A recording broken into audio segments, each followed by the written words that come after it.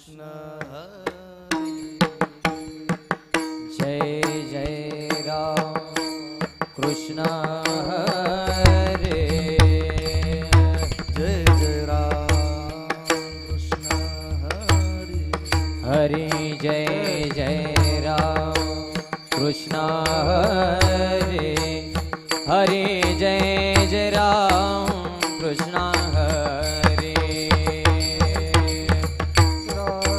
कृष्ण हरे हरे जय जय राम कृष्ण हरे हरे जय जय राम कृष्ण हरे हरे जय जय राम कृष्ण हरे हरे जय जय राम कृष्ण हरे जय जय राम कृष्ण हरे जय जय राम कृष्ण हरे जय जय राम कृष्ण हरे जय जय राम कृष्ण हरे जय जय राम कृष्ण हरे जय जय राम कृष्ण हरे जय जय राम कृष्ण हरे जय जय राम कृष्ण हरे जय जय राम कृष्ण हरे जय जय राम कृष्ण हरे हरि जय जय राम कृष्ण जय जय राम कृष्ण जय जय राम कृष्ण हरे जय जय राम कृष्ण जय जय राम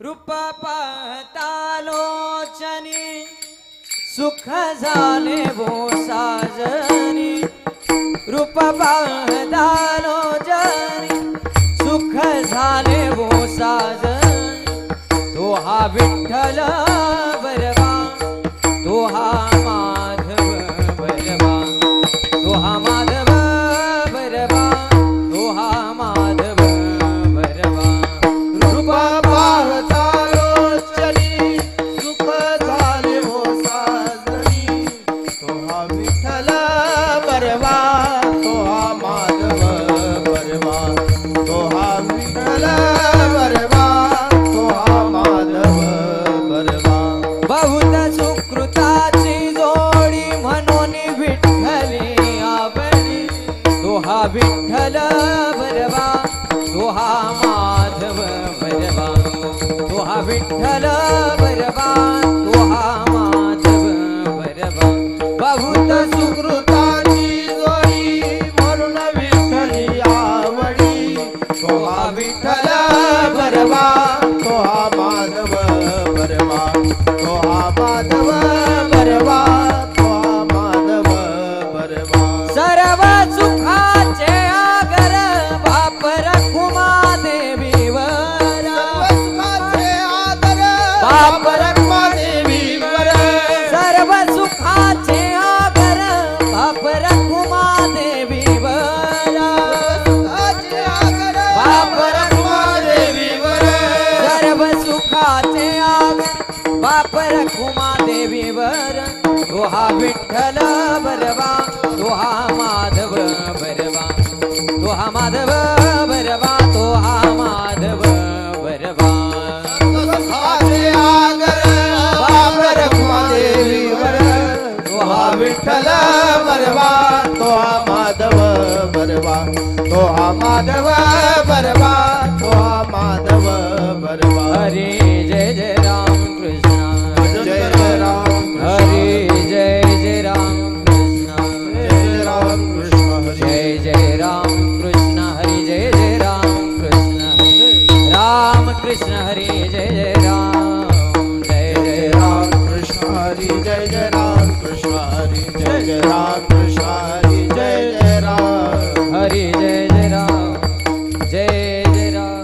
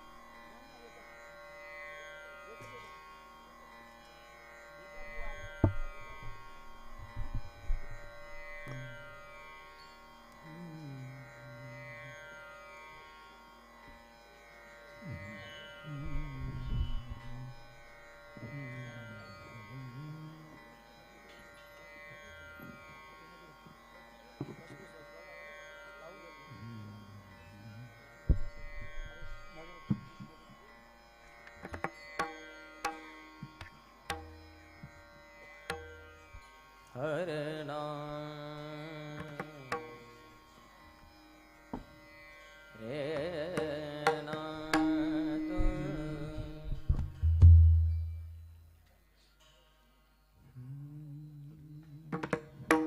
बोलो अबोलने मरोनी आजने बोलो अबोलने मरोनी आज बोलो अबोलने मरोनी आजने बोलो अबोलने मरोनी आज असोनी नसने जनी आम्हा असोनी नसने जगी आम्हा असोनी नसने जगी आम्हा बोलो अबोलने मरोनी आज बोलो अबोलने मरोनी आज बोलो अबोलने मरोनी आज बोल अबोलने मरोनी आज असोनी नसने जनी आम्हा असोनी नसने जगी आम्हा असोनी नसने जगी आम्हा भोगी त्याग झाला संगीत असं भोगी त्याग झाला संगीत असं भोगी त्याग झाला संगीत भोगी त्याग झाला संगीत असं तोडियले लाग माग दोन्ही तोडियले लाग माग दोन्ही तोडियले लाग माग दोन्ही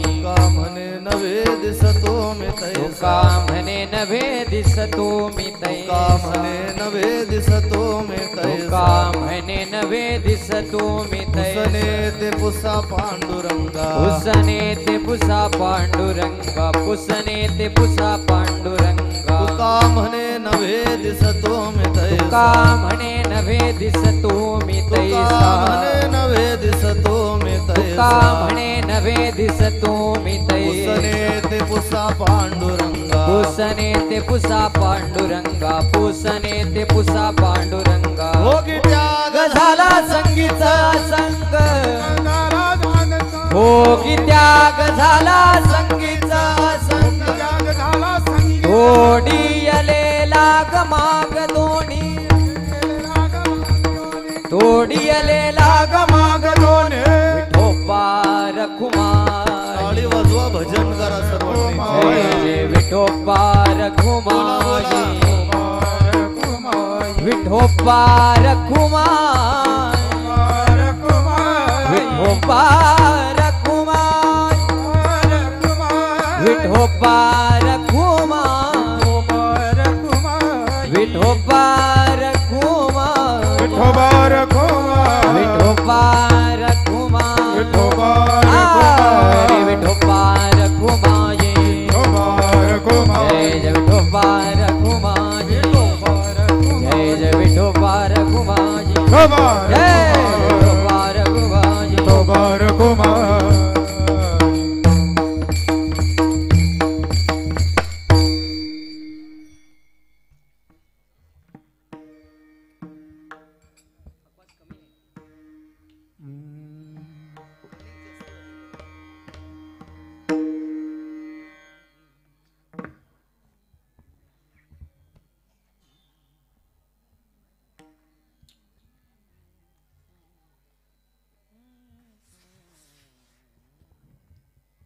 हे ना हे ना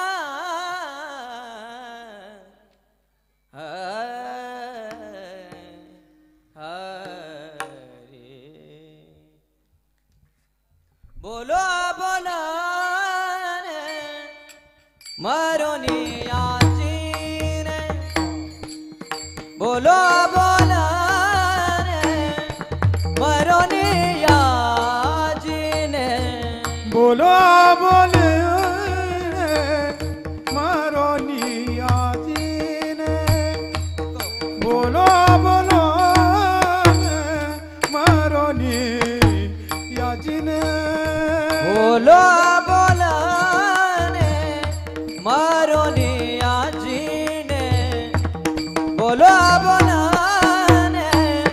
मरोनी आजीन बोलो बोलो मरोनी आजीने बोलो बोलो मरोनी याजीने असोनी नसन जानी आम्हा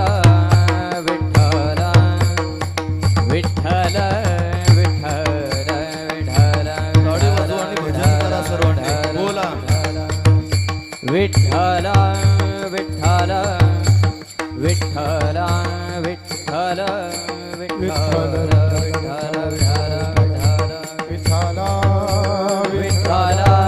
विठ्ठल विठ्ठल विठ्ठल विठ्ठल विठ्ठल विठ्ठल विठ्ठल विठ्ठल विठ्ठल विठ्ठल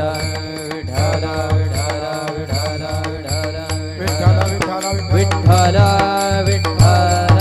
विठ्ठल विठ्ठल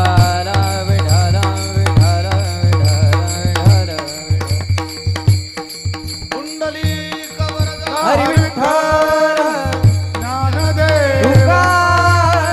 पंढरीनाथ माऊली ज्ञानेश्वर महाराज जगद्गुरु तुकाराम महाराज की जय विठ्ठल विठ्ठल विठ्ठल विठ्ठल विठ्ठल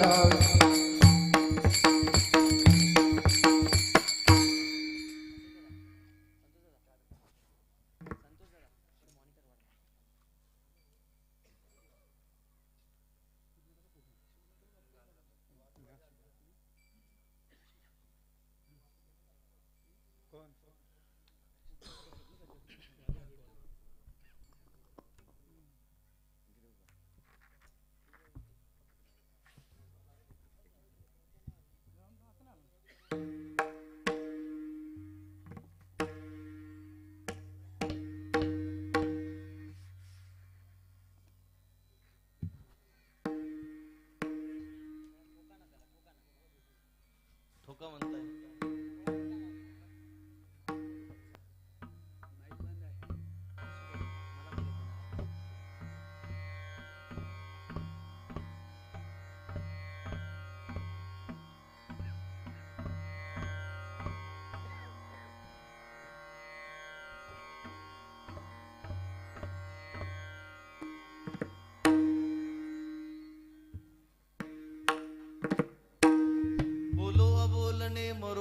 जिने असोने नसने जनी आम्हा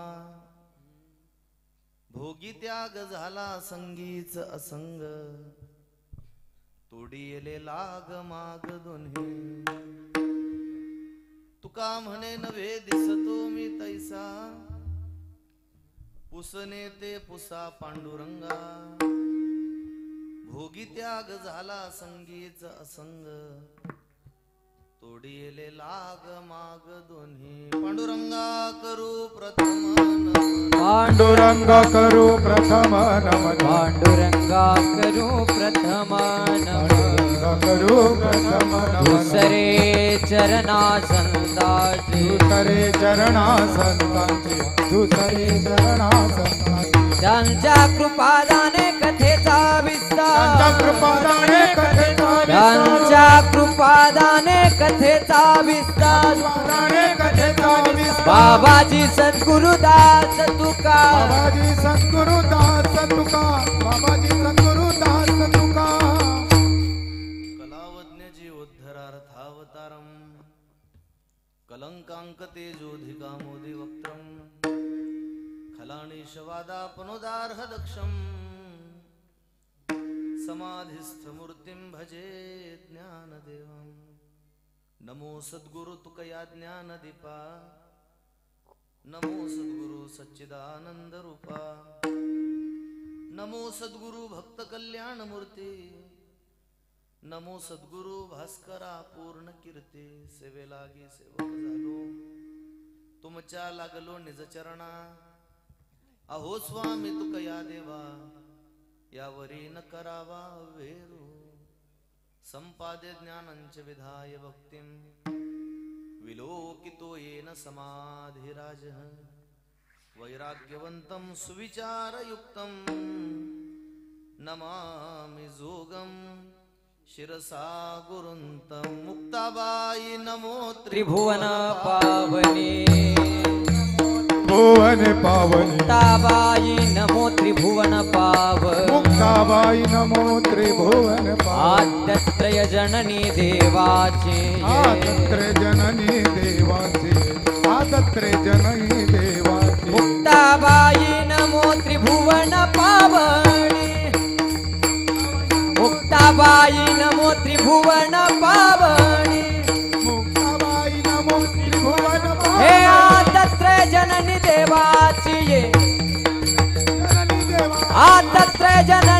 देवाची ये हा दत्र जननी देवाची ये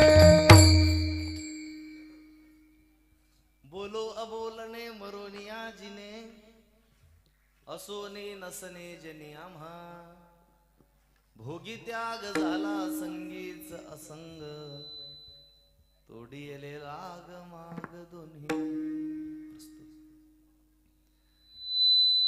अखिल कोट ब्रह्मांड नायक षडगुण ऐश्वर्य संपन्न जगदाधार भगवान पंढरीश परमात्मा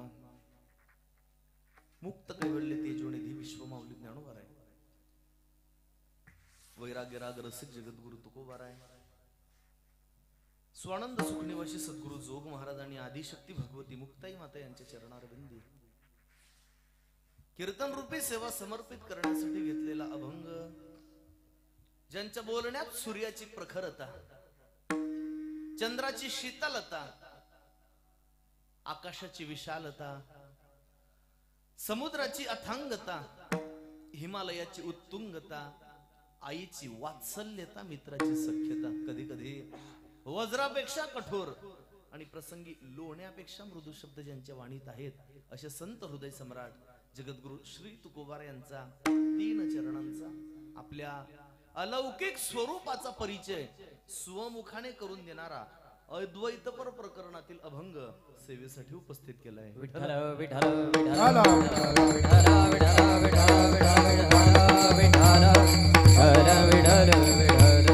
अभंगावर काही वेडवाकड बोलण्यापूर्वी थोडा परिहार द्यायचा तो असा की आपल्या परिसराचे भाग्य विधाते वैकुंठवासी प्राप्तस्मरणीय स्वानंद सुखनिवासी श्री गुरु वामन बाबा महाराज, वैकुंठवासी प्राप्तस्मरणीय श्री गुरु सावळाराम बाबा महाराज, त्याचप्रमाणे वैकुंठवासी प्राप्तस्मरणीय श्री गुरु वासुदेव बाबा म्हात्रे, आपल्या नागावचे सर्वांचं श्रद्धास्थान बोलणारे पुढे वैकुंठवासी प्राप्तस्मरणीय श्री गुरु रामदास बाबा आदी करून सगळ्या संत महात्म्यांच्या पदस्पर्शाने पुनीत पावन आणि पुण्यवान झालेली आपली ही भूमी आणि या भूमीत भगवान पंढरीनाथाच्या भगवान मारुतीरायाच्या पवित्र प्रांगणामध्ये संपन्न होत असणारा हा भक्ती उत्सव आणि या भक्ती उत्सवातील आजचे किती नंबरचं कीर्तन 2 किती 2 नंबर कसं म्हणाले तुमच्या माहितीसाठी सांगतो मी 2 नंबरची कामं करत नाही. दुसऱ्या क्रमांकाची कीर्तन सेवा म्हणा आणि या दुसऱ्या क्रमांकाच्या कीर्तन सेवेच्या माध्यमातून तुमच्या दर्शनाचा आलेला योग. विठ्ठल विठ्ठल विठ्ठल विठ्ठल. आणि त्या निमित्तानं कार्यक्रमासाठी उपस्थित सर्वच मंडळी मी सर्वांच्या चरणी एकदा विनम्र भावे अभिवादन करतो. मृदंगाचार्य महाराज आहेत, विनेकरी महाराज आहेत, ज्यांच्या संपर्कातून मी इथपर्यंत पोहोचलो. खर तर या सेवेचं गेल्या 7-8 महिन्यापासून मला वाटतं वर्षच मागच्या वर्षापासून आपल्या सगळ्यांचं श्रद्धास्थानाने आमचे परमार्थ स्नेही वैकुंठवासी हरिभक्तपरायण आदरणीय श्री भानुदास महाराजांनी या सेवेबद्दल आमंत्रण दिलेलं होतं. पण महाराज वैकुंठवासी झाले. मोठी माणसं विशेष काम घेऊन येतात आणि आपलं काम झाल्यानंतर शहाणी माणसं फार काळ थांबत नाही. येथे राहण्याची नाही कल्पकोटी हो या निडोबाऱ्यांच्या उक्तीप्रमाणे महाराजांनी आपलं अवतार कार्य संपवलं. महाराज परमात्मा स्वरूपाशी एकरूप झाले. महाराजांच्या माध्यमातून मी ज्यांच्या संपर्काने तुमच्याशी जोडला गेलो असे आमचे परमार्थ स्नेही अभिनव गंधर्व हरिभक्त प्रणनाथ श्री विठ्ठल महाराज आहेत.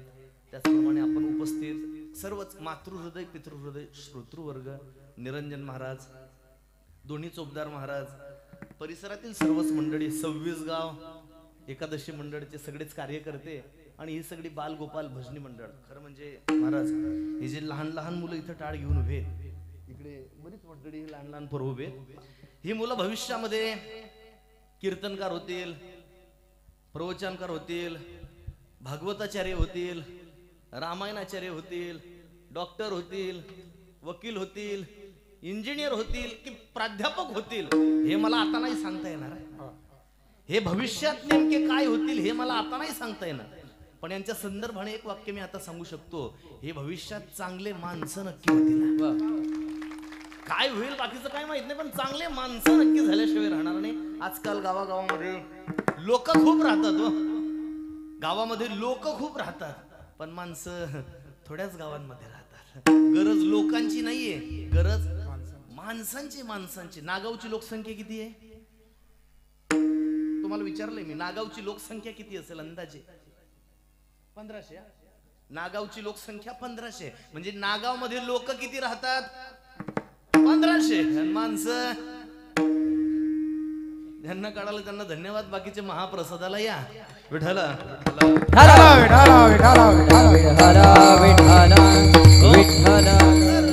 दादा हे भविष्यात चांगले माणसं नक्की झाल्याशिवाय राहणार नाही, म्हणून यांना उभं करणाऱ्यांच्या आणि यांना जन्म देणाऱ्यांच्या दोघांच्या चरणी मी साष्टांग प्रणिपात करून सभेला प्रारंभ करतो. विठ्ठल विठ्ठल विठ्ठल विठ्ठल विठ्ठल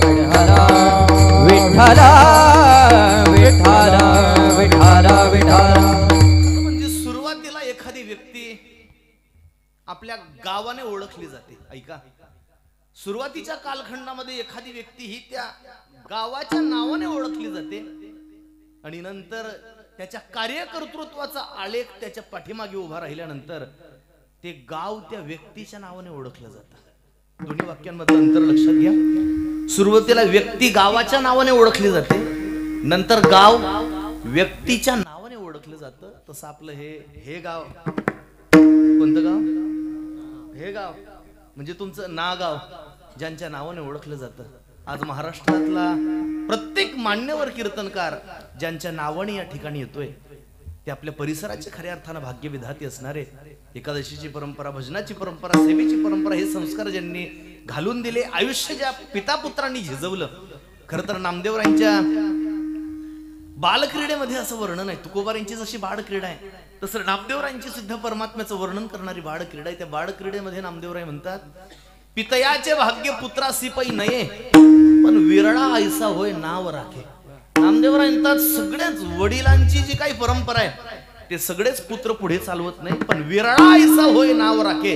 एखादा महाभाग्यवान असतो की आपल्या वडिलांची परंपरा तीच सक्षमपणे जोपासतो, पुढे नेतो. असे पिता पुत्र ज्यांनी संबंध देह आपल्या या परिसराच्या उद्धाराकरता झिजवला. वैकुंठवासी प्राप्तस्मरणीय स्वानंद सुखनिवासी श्री गुरु रामदास बाबा आणि त्यांची चिरंजीव आमची स्नेही वैकुंठवासी आदरणीय श्री भानुदास महाराज या पुतापुत्रांच्या स्मृतीला मी विनम्र भावे अभिवादन करून चिंतनाला सुरुवात करतो. विठ्ठल विठ्ठल विठ्ठल विठ्ठल विठ्ठल तुकोबारांचा भंग आपण सेवेत विचारात घेतला आणि तुकोबारा या भंगातून आपल्या अलौकिक स्वरूपाचा परिचय स्वमुखाने करून देत आहे. ऐका, परिचयाच्या बाबतीमध्ये आपल्याकडे एक सुभाषित प्रसिद्ध आहे.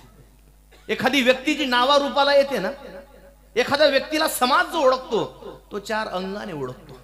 सुभाषितकरांनी फार गोड वर्णन केले. ते म्हणतात, उत्तमो आत्मनख्याता पितृख्याताश्च मध्यमः अधमो श्वशुरख्याता भार्याख्याता धमाधमा. लक्ष द्या, 4 प्रकारानं 4 अंगाने एखादी व्यक्ती समाजामध्ये ओळखली जाते. उत्तमो आत्मनख्याता, फर्स्ट क्लास प्रसिद्धी. कोणती? ज्याला स्वतःच्या नावानं समाज ओळखतो तो फर्स्ट क्लास. कोण आहे तो? विचारल्यानंतर लोक सांगतात हे अमुक अमुक आहे. ज्याला स्वतःच्या नावानं समाज ओळखतो तो फर्स्ट क्लास. ज्याला वडिलांच्या नावाने लोक ओळखतात तो सेकंड क्लास. वडिलांच्या नावाने ज्यांचा परिचय करून हे अमके अमक्याचे चिरंजीव आहे असं म्हटलं जातं. वडिलांच्या नावाने ज्याचा परिचय करून दिला जातो तो सेकंड क्लास. ऐकत जा, स्वतःच्या नावानं समाज ज्याला ओळखतो तो फर्स्ट क्लास. ज्याला वडिलांच्या नावाने लोक ओळखतात तो सेकंड क्लास. ज्याला सासऱ्याच्या नावानं लोक ओळखतात आणि बायकोच्या नावानं लोक ज्याला ओळखतात त्याला क्लासच नाही. विठ्ठल विठ्ठल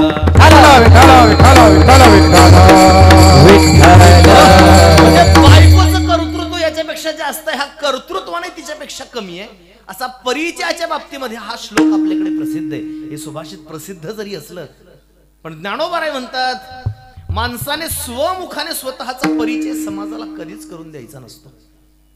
ज्ञानोबाराय बोलतात त्या संदर्भात, पूज्यता डोळा न देखावी, स्वकीर्ती कहाणी नाही ऐकावी.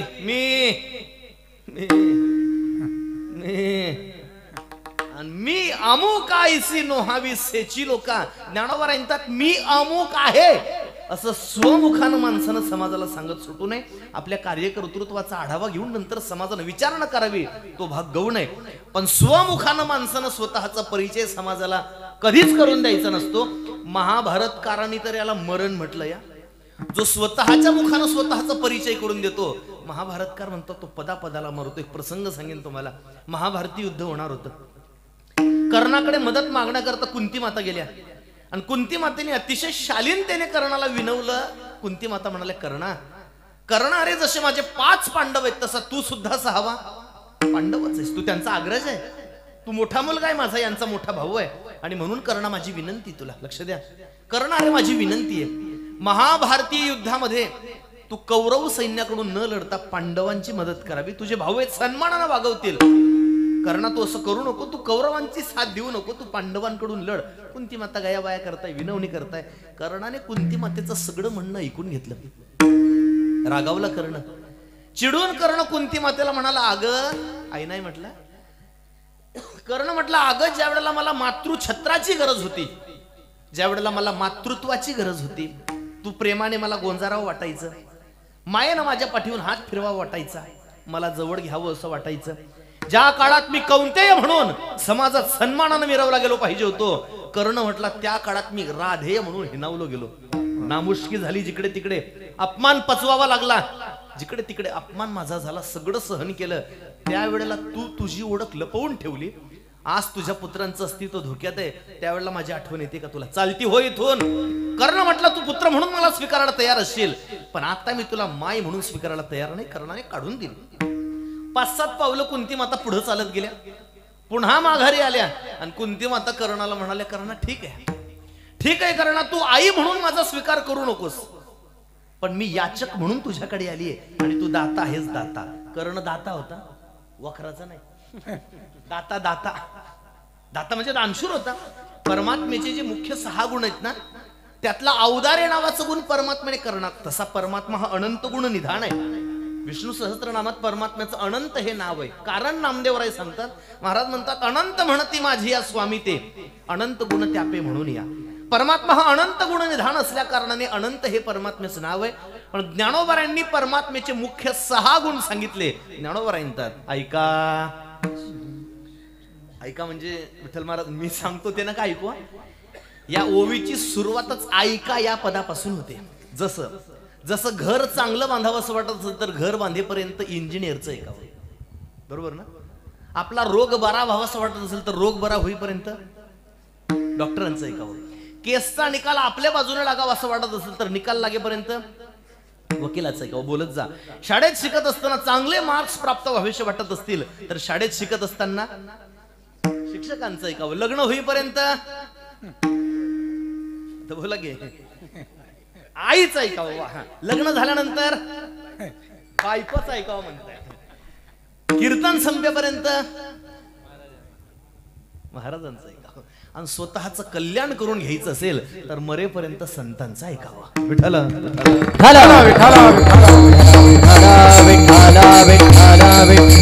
मरेपर्यंत संतांचं ऐका. जीवनाचं कल्याण झाल्याशिवाय राहणार. आणि याच ज्ञानात ज्ञानोबर येतात. ऐका यश श्री औदार्य ज्ञान वैराग्य ऐश्वर्य हे 6 गुणवर्य वसती जेत म्हणून तो भगवंतोच निसंगाचा सांगतो वगैरे. माऊली म्हणतात परमात्म्याकडे मुख्य 6 गुण आहेत, पण भगवान परमात्मा असा कमालीचा उदार आहे. देवाने 6चे 6 गुण 6 भक्तांमध्ये वाटून दिले.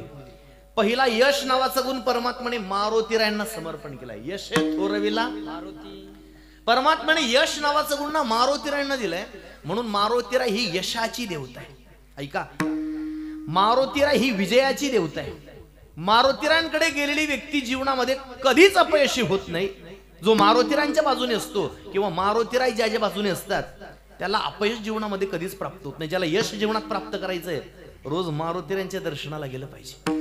मारुतीराय ज्याच्या बाजूने आहेत तो अखंड विजय होतो. मी 2 उदाहरणांनी तुम्हाला पटवून दिले. हे पहा, महाभारतामध्ये एक जण सूर्यपुत्र आहे आणि एक इंद्रपुत्र आहे. तसा रामायणामध्ये सुद्धा एक सूर्यपुत्र आहे आणि एक इंद्रपुत्र आहे. महाभारतामध्ये सूर्यपुत्र आहे कोण?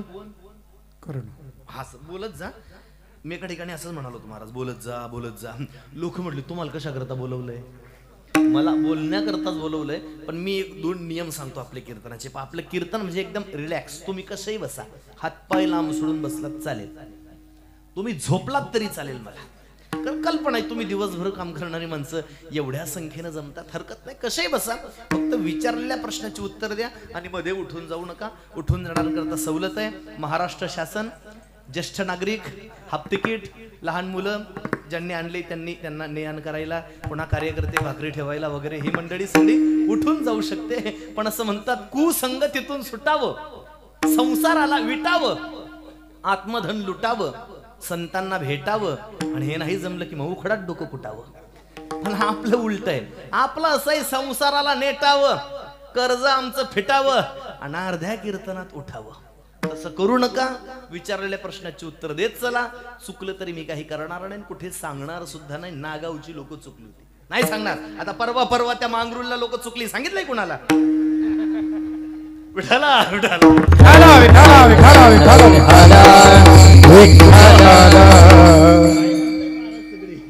ऐका चला, लक्ष द्या. बोला, मी काहीतरी विचारलंय. महाभारतामध्ये सूर्यपुत्र आहे कोण? कारण माऊली बोलतात त्याच्या संदर्भात 11व्या अध्यायामध्ये का सहस्त्र किरणांचा कुमरू तोही गेला कर्णविरू. ज्ञानोबा म्हणतात कर्ण हा सूर्यनारायणाचा मुलगा आहे आणि इंद्र अर्जुन हा इंद्राचा मुलगा आहे. रामायणामध्ये सूर्यपुत्र सुग्रीव आहे आणि इंद्रपुत्र वाली आहे. दोन्ही सख्य भाऊ, पण सुग्रीव हा सूर्याचा पुत्र आहे आणि वाली हा इंद्राचा पुत्र आहे. महाभारतात सूर्यपुत्र कर्ण आणि इंद्रपुत्र अर्जुन. प्रश्न आहे माझा, बोला मला सांगा, महाभारतीय युद्धामध्ये सूर्यपुत्राचा विजय झाला की इंद्रपुत्राचा विजय झाला? कुणाचा? वा, इंद्रपुत्राचा विजय झाला.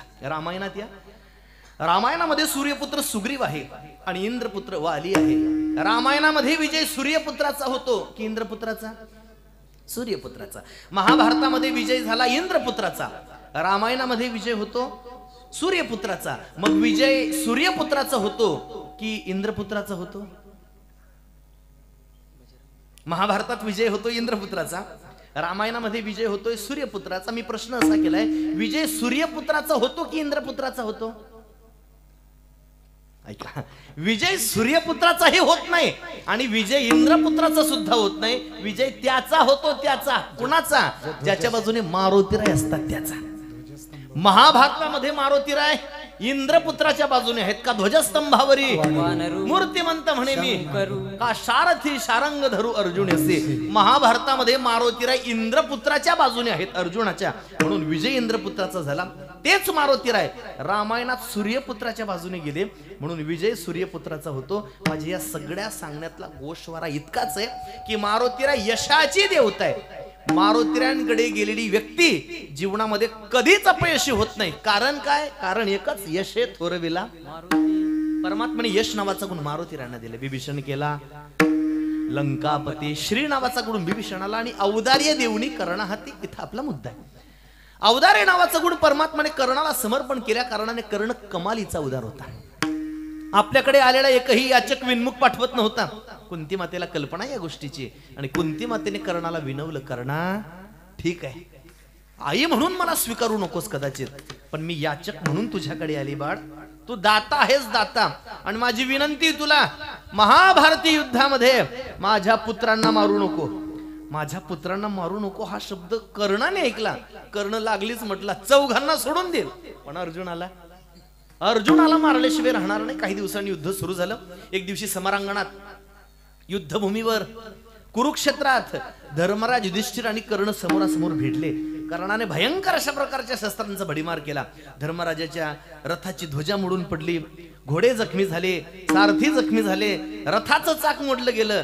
धर्मराज निशस्त्र झाले आणि असं अपमानित करून कर्णाने त्यांना रणांगणातून काढून दिलं. अपमानित झालेले धर्मराज आपल्या शिबिक्यात आले, बसले. सूर्यास्तानंतर युद्ध संपलं आणि सगळी मंडळी धर्मराजाच्या सांत्वना करता जाऊ लागली. त्यात अर्जुन सुद्धा गेले आणि अर्जुनाने धर्मराजाला सांगितलं, दादा हे युद्ध आहे आणि युद्ध म्हटलं की हार जीत, यश अपयश, मान सन्मान या गोष्टी चालूच असतात. दादा तुम्ही एवढं काही वर्मी वाहून घेऊ नका हो. कर्णाने तुमचा अपमान केला आणि म्हणून तुम्ही एवढे नाराज झालात. उद्या मी कर्णाचा अपमान करतो, बस आजच्या दिवस तुम्ही जरा चेहरा व्यवस्थित करा दादा, एवढं काही तुम्ही वाईट वाटून घेऊ नका. हे अर्जुनाचं समजावून सांगणं धर्माच्या वर्मी लागलं आणि धर्मराज रागावले.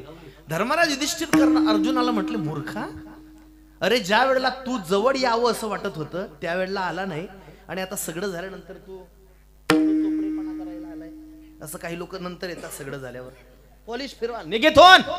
धर्मराज म्हटले, काही उपयोग नाही तुझा अर्जुना, तुझाही उपयोग नाही आणि तुझ्या गांडीव धनुष्याचा सुद्धा उपयोग नाही. तुझं धनुष्य मोडून टाक आणि चुलीत घाल. धनुष्य मोडून चुलीत घाल हे शब्द अर्जुनाने ऐकले. रागावला अर्जुन. धनुष्य त्या भात्यातून बाण काढला, धनुष्यावर चढवलाय, मोठ्या भावाच्या दिशेने अनुसंधान साधलं आणि आपल्या मोठ्या भावावर बाण सोडणार तेवढ्यात भगवान परमात्मा तिथं आले आणि हे विरोधी दृश्य द्वारका दिशेने पाहिलं आणि अर्जुनाला प्रश्न केला, अर्जुना का रे, सकाळी दोन्ही भाऊ तुम्ही एकत्र होते आणि शिवसेना मनसे कसं काय अचानक, काय झालं? अर्जुन म्हटलं, झालं विचारायचं नाही, माझी प्रतिज्ञा आहे देवा, मला लाख शिव्या दिल्या मी ऐकून घेईल, माझा अपमान मी सहन करेल, पण माझ्या धनुष्याचा अपमान करणाऱ्याला मी जिवंत ठेवणार नाही, ही माझी प्रतिज्ञा आहे. आणि माझ्या भावाने माझ्या धनुष्याचा अपमान केलाय, मी त्याला जिवंत ठेवणार नाही, प्रतिज्ञा पूर्ण करतो, मारणार त्याला. प्रभू म्हटले, अर्जुना घाई करू नको, मी तुला एक सुवर्ण मध्य सांगतो. सुवर्ण मध्य म्हणजे बीच का रस्ता, मधली वाट. ते हिंदीमध्ये एक म्हण आहे महाराज, सापही मेला पाहिजे आणि अशी काहीतरी म्हण आहे ना हिंदीमध्ये. म्हणजे मला हिंदी येत नाही बाबा असं समजू नका, मला हिंदी येते, हमें हिंदी आती है, हमें हिंदी आती है मगर हेलपाटे गाती है. आमची हिंदी म्हणजे नशिराबादी हिंदी. सांगू का नमुना? एक जण म्हटला, बैल लेणे का था, बैल लेणे का था, लेकिन खूपच किंमत सांगता. अरे म्हणे, तूने पाणी क्यों सांडा, तूने पाणी क्यों सांडा, आणि सांडा तर सांडा पुसा भी नाही. आम्ही ना मागच्या वर्षी महाराज केदारनाथला गेलो होतो, हरिद्वाराला थांबलो, एका महात्म्याच्या आश्रमात दर्शनाला गेलो. महामंडलेश्वर होती, तिथले दर्शन घेतलं त्यांचं, नमस्कार केला महाराजांना आणि त्या तिथल्या महामंडलेश्वर महाराजांनी गादीपतींनी प्रश्न केला, कहां से पधारे हो. आता अंगलट प्रकरण येणार असली की मी आगाऊपणा करत नाही, मी माघार घेतली, मी मागे सरकलो आणि दोघं जण आळंदीहून आलेले आमचे मित्र होते, बाकी काही मंडळी होती. ते दोघं जण पुढे गेले. हा बाबाजी पूछे. महाराजांनी विचारलं, कहां से पधारे हो. ते म्हटले, बाबाजी हम 2-3 जण आलंदी के हैं, बाकी सब इकल्ले तिकल्ले. विठाला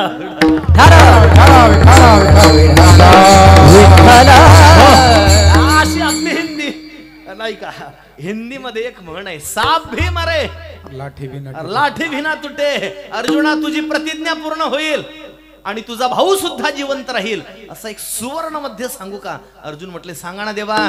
भगवान परमात्माने अर्जुनाला सांगितलं, अर्जुना, संभावितस्य चाकीर्तिर मरणादतिरिच्यते. दुसऱ्या अध्यायात परमात्म्याची भाषा आहे. अर्जुना, अरे एखाद्या प्रतिष्ठित माणसाचा भर सभेमध्ये 4 चौघात अपमान करणं म्हणजे त्याचा शस्त्र वाचून केलेला वध आहे. एक कर, तुझा भाऊ संभावित पुरुष आहे, प्रतिष्ठित आहे, तू त्याचा अपमान कर म्हणजे त्याला शिव्या दे. त्याला शिव्या दिले की त्याचा अपमान होईल, अपमान म्हणजे वध. भाऊ जिवंत राहील, तुझी प्रतिज्ञा पूर्ण होईल, दे शिव्या. आता देवानं सांगितलं होतं शिव्या दे. अशा शिव्या दिल्या अर्जुनाने, ज्या दिल्या त्या नाही सांगत, दुसऱ्या 2-3 सांगू ना. अर्जुन म्हटला, पक्का षंड आहेस तू. भावाला म्हटला, षंड आहेस, धर्मा जुगारीस तू. अरे हे जे दिवस आमच्यावर आले ना, याला कारणीभूत तू आहे. नको त्या भावाला बोलला, नको त्या शब्दात बोलला, निर्भत्सना केली भावाची, त्याचा अपमान झाला, याची प्रतिज्ञा पूर्ण झाली, भाऊ जिवंत राहिला. अर्जुन तसाच शिबिकेच्या बाहेर आला, लाकडं गोळा केली, अग्नी प्रदीप्त केला, हातात धनुष्य घेतलं, 5 प्रदक्षिणा मारून अग्नीत उडी मारणार. 3री प्रदक्षिणा चालली त्यावेळेला देव आले आणि अर्जुनाला विचारलं, अर्जुन आता हे काय नाटक नवीन. अर्जुन म्हटले, नाटक नाही, प्रतिज्ञा आहे देवा माझी दुसरी. देव म्हटले, किती करून ठेवले. अर्जुन म्हटला, 2. पहिली प्रतिज्ञा, माझ्या धनुष्याचा अपमान करणारा जिवंत ठेवणार नाही, 1. आणि देवा माझी दुसरी प्रतिज्ञा आहे, माझ्या मोठ्या भावाचा अपमान करणाऱ्याला सुद्धा मी जिवंत ठेवणार नाही. आणि या देहाकडून माझ्या भावाचा अपमान घडलाय, मी याला शिव्या दिल्या, मला जिवंत राहण्याचा अधिकार नाही, मी माझी प्रतिज्ञा पूर्ण करणार. देवा अग्नी प्रज्वलित आहे, 5 प्रदक्षिणा घालून अग्नीत उडी मारणार. 3री चालली आहे, 3 झाल्या, 4थी संपली, 5वी प्रदक्षिणा अर्जुनानं सुरू केली आणि अर्जुन आशेनं देवाकडे पाहू लागला. अर्जुन म्हटला, देवा ते सकाळ सारखं काय आठवतं का बघा ना, कसं विचार असता देवा बघा ना, काय देव म्हटलं का आठवणार आहे आता. आणि 5 प्रदक्षिणा घालून अग्नी उडी मारणार अर्जुन, एवढ्यात देवाने हातात धरला, मागे घेतलं, सांगितलं थांब, आठवलं. बोला ना प्रभू. देव म्हणतात अर्जुना, ज्याप्रमाणे प्रतिष्ठित माणसाचा भर सभेमध्ये अपमान करणं हे त्याचं शस्त्रा वाचून झालेलं वध आहे, तसं स्वतःच्या मुखानं स्वतःची ख्याती, कीर्ती, बढाई, परिचय लोकांसमोर सांगत सुटणं हे सुद्धा, स्वमुखानं स्वतःचा परिचय समाजाला करून देणं हे सुद्धा मरणच आहे.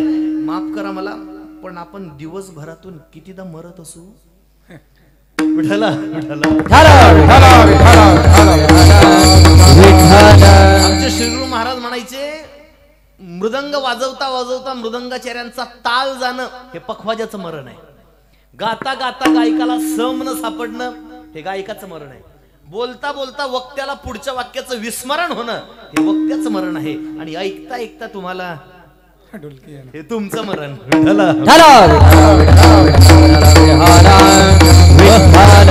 तसं स्वतःच्या मुखानं स्वतःचा परिचय समाजाला करून देणं हे मरण आहे. लक्ष द्या, मी पूर्वपक्ष अभंगाचा तुमच्या समोर मांडलाय. स्वमुखानं स्वतःचा परिचय करून देणं हे जर मरण असेल तर तुकोबाराई या अभंगात आपला परिचय का करून देत आहे. विठ्ठल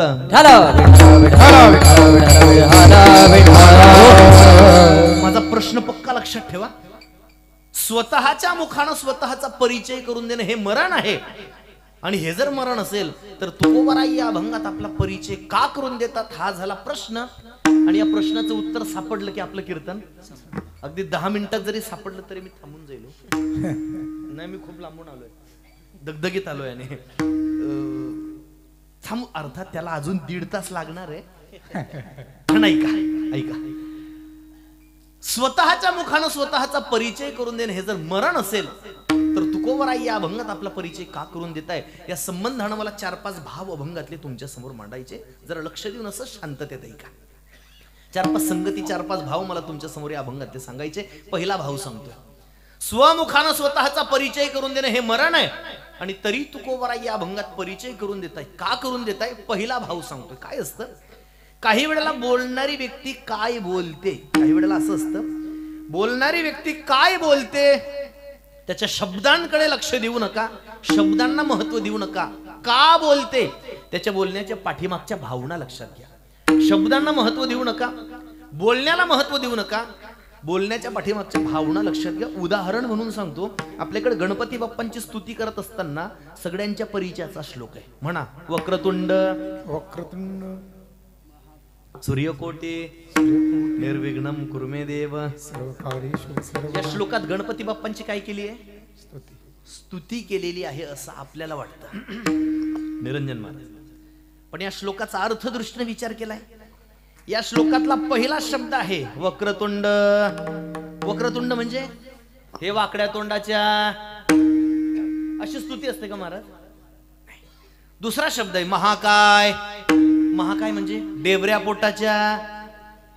लगेच माझ्याकडे पाहू नका, म्हणजे एवढं काही नाहीये आणि थोडासा असलंच पाहिजे, थोडा असावं. एअरबॅग्स फक्त लक्झरी गाड्यांना असते, टेम्पोला एअरबॅग नसतात. विठ्ठला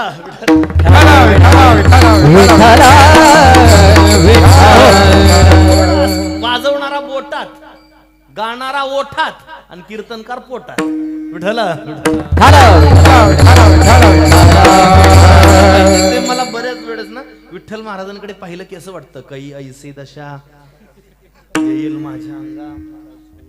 ठीक आहे, 10-10 तास प्रवास आहे हो, रोजच प्रवास आहे. बसून बसून प्रवासात येणार नाही तर काय. चला ऐका, हे नसेल समजलं तर मी दुसरा भाव सांगतो, दुसरं उदाहरण सांगतो. माझा मुद्दा लक्षात ठेवा.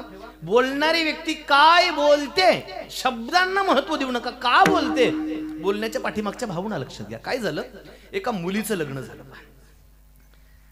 म्हणजे पूर्वी मुलींचेच लग्न व्हायचे आणि मुलांचे व्हायचे. तुम्ही जागी आहेत ना सर्वजण. आता सेटल झाल्यानंतर लग्न करू म्हणतात.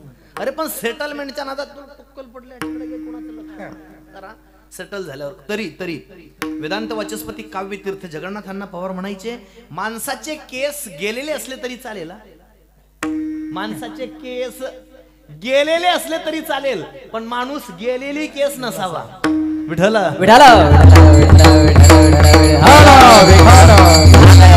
लग्न थाटात लग्न करायचं होतं, पण पुन्हा कोरोना. मुलाच्या वडिलांनी विचार केला, लांबवण्यात मजा नाही, लांबवण्यात मजा नाही, आवरून घेतलं पाहिजे, यंदा चुरकायचं म्हणून त्यांनी आवरलं. गावात गोंधळ घालायचं नाही. गावाच्या बाहेर 4 किलोमीटर मंगल कार्यालय आहे ना, पश्चिमेकडे मंगल कार्यालय आहे ना, नागावच्या पलीकडे तिकडे. हो म्हणा ना, डोंबिवलीत आहे ना, सोनारपाड्याच्या तिकडे तिथं. म्हणजे तुम्ही बोललात की कीर्तन लवकर संपेल. गावात गोंधळ नाही घालायचं, लांब मंगल कार्यालयात लग्न तिकडून लावून आणलं. पण घरात म्हातारी होती 85 वर्षाची, आजीला काही लग्नाला नेता आलं नाही. मग लग्न झाल्यानंतर ज्या वेळेला हे नवरा नवरी नवदाम्पत्य घरात आलं, त्यावेळेला नवरदेवाच्या वडिलांनी वरपित्याने या दोघांना सांगितलं, पहिले आपल्या आजीला नमस्कार करा. आणि आजीला नमस्कार करण्याकरता हे जसे वाकले, या नवदाम्पत्याने म्हातारीच्या चरणावर मस्तक टेकवलं. म्हातारीने दोन्ही हात वर करून दोघांना आशीर्वाद दिला. म्हातारी म्हटली, लवकर म्हातारे व्हा. काय म्हणाली आजी? लवकर म्हणजे लवकर मरा असं म्हणाली का? नाही हो, आजी काय बोलते, तिच्या शब्दांना महत्व देऊ नका. का बोलते तिच्या भावना लक्षात घ्या. आजीला हे सांगायचंय आजीला की नागाव मधून ठाण्याला गेलेली व्यक्ती परत नागावला येईल. सांगता येतं का? नाही हो, इथून गावी गेलेली व्यक्ती परत घरी येईलच नाही सांगता येत. महाराज कसली ट्रॅफिक न दगदग न ते अवघड आहे. पण अशाही दगदगीच्या धकाधकीच्या जीवनात तुम्ही लोक म्हातारे होईपर्यंत जगा, लवकर म्हातारे व्हा. आजी काय बोलते, म्हातारीच्या शब्दांकडे लक्ष देऊ नका. का बोलते, तिच्या बोलण्याच्या पाठीमागच्या भावना लक्षात घ्या. तसं ह्या अभंगात तुकोबारा आपला परिचय करून देत आहे. काय परिचय करून दिला? शब्दांकडे लक्ष देऊ नका. का परिचय करून देतात? महाराजांचा भाव लक्षात घ्या. विठ्ठल विठ्ठल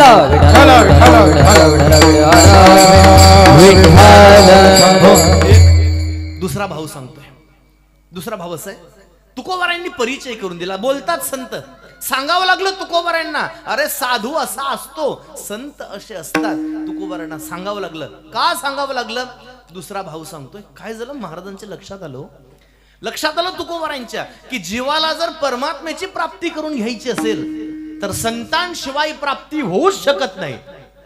ऐसी वेद देती ग्वाही, अरे ऐसी वेद देती ग्वाही, ऐसी वेद देती ग्वाही, ऐसी वेद देती ग्वाही.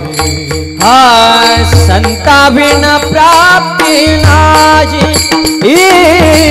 संता बिन प्राप्ती नाही, संता बिन प्राप्ती नाही, संता बिन प्राप्ती नाही.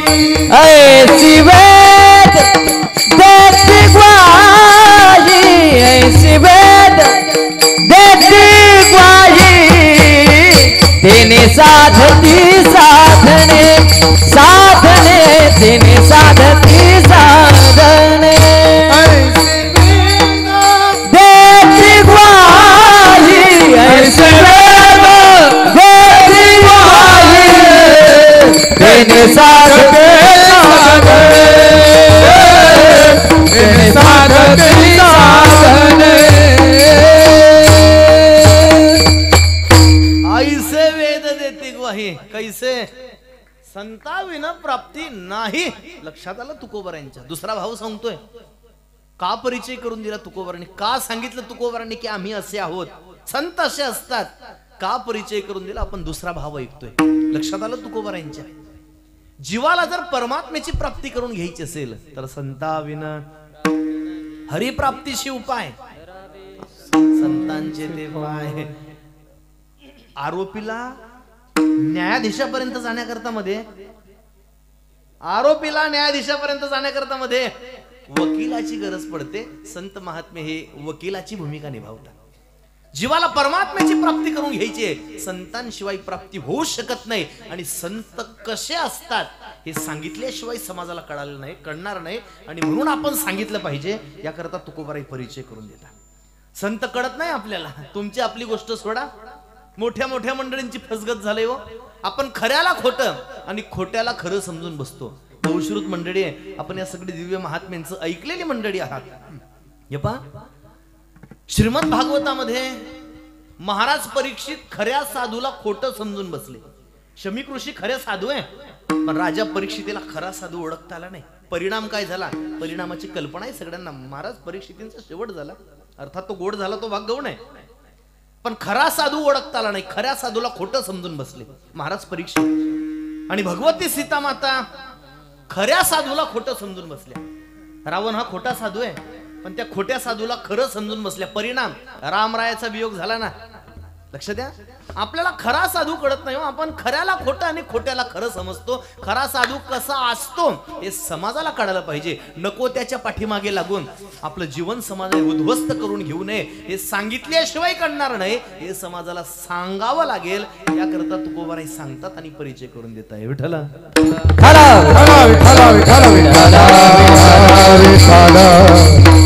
तिसरा भाव सांगतोय. बोलतात तुकोबाराई, बोलावं लागलं तुकोबारायांना, तोंड उघडावं लागलं तुकोबारायांना, सांगावं लागलं अरे संत असे असतात. बोलतात तुकोबाराई परिचय करून देण्याकरता. का बोलतात, का तोंड उघडलं तुकोबारायांनी? लक्ष द्या, तिसरा भाव सांगतोय. काय झालं? एक साधू रस्त्याने चालले होते. एक साधू रस्त्याने जात असताना महात्म्याच्या लक्षात आलं, एका झाडाखाली कोकिळांचा थवा बसलाय आणि त्या सगळ्या कोकिळांमध्ये एक टाक कावळा जाऊन बसलाय. ऐकताय तुम्ही? कोकिळा कशा असतात? निळ्या की पिवळ्या? कोकिळा कोकिळा काली काली असते. आणि कावळा कावळा कावळा कावळा कावळा कसा असतो? काळा म्हणताय. कावळा कसा असतो? कावळा काही भागात पांढरे सुद्धा असतात. ते 5 वर्षातून एकचदा येतात. विठाला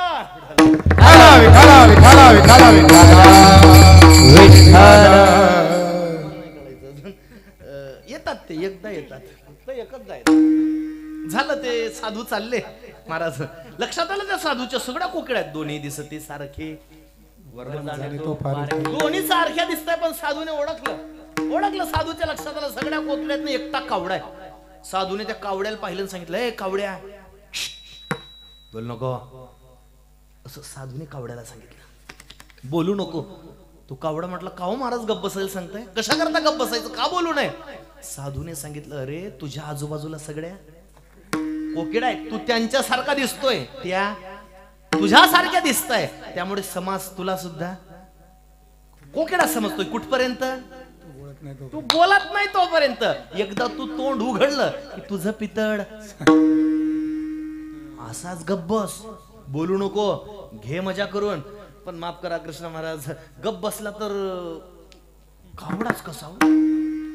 काही कावड्यांना नको तिथं बोलायची सवय असते. तो कावडा बोलला, साधू पुढे निघाले. ऐकताय तुम्ही कीर्तन? तुम्हाला कळतं याचा मला आनंद आहे. आणि साधू पुढे निघाले. पुढे एका झाडाखाली यांना विरोधी दृश्य दिसलं. मागे सगळे कावडे, सगळ्या कोकिळा आणि एकटा कावडा होता. आता या झाडाखाली सगळे कावडे आणि त्यांच्यात एकच कोकिळा साधूला दिसली. आणि साधूने ओळखलं की एकच कोकिळा आणि सगळे कावडे. साधूने त्या कोकिळीला सांगितलं, बाई आगाशी गप काय बसली, जरा तोंड उघड, बोल. त्या कोकिळ्याने साधूला विचारलं, महाराज का बोलायला सांगताय? त्या कोकिळीने विचारलं साधूला, महाराज का तोंड उघडू, का बोलू?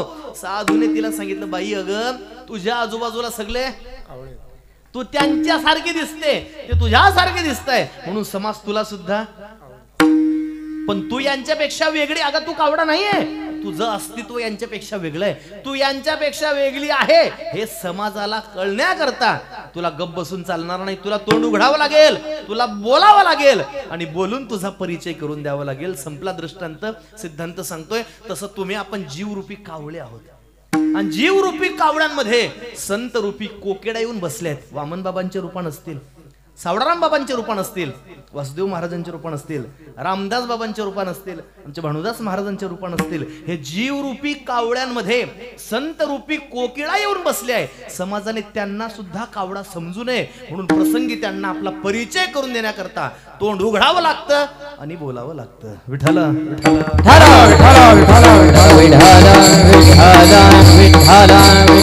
बोलतात संत, परिचय करून देतात. तीन चौथा भाव सांगतोय. बोलतात तुकोबार आहे, बोलावं लागलं संतांना. का बोलतात संत? चौथा भाव सांगतो एका. तुम्ही आपण सामान्य माणसं ज्या वेळेला बोलायला सुरुवात करतो ना, सामान्य माणसं ज्या वेळेला तोंड उघडतात, बोलतात, त्यावेळेला आपल्या बोलण्याने लोकांचे संसार उद्ध्वस्त होतात, आपल्या बोलण्याने लोकांची घरं फुटतात, आपल्या बोलण्याने भांडणं लागतात. आणि साधूच्या सहज बोलण्यात, सहज बोलणे, साधूच्या सहज बोलण्यात, सहज त्यांच्या ऐकता गोष्टी परमार्थ पोटी दृढावे. तुमच्या आपल्या बोलण्यात जगाचं वाटोड आहे आणि साधूच्या सहज बोलण्यात जगाचं कल्याण आहे. म्हणून साधू बोलतात. आणि पाचवा भाव सांगून मी अभंगात प्रवेश करतोय. बोलतात तुकोबार आहे.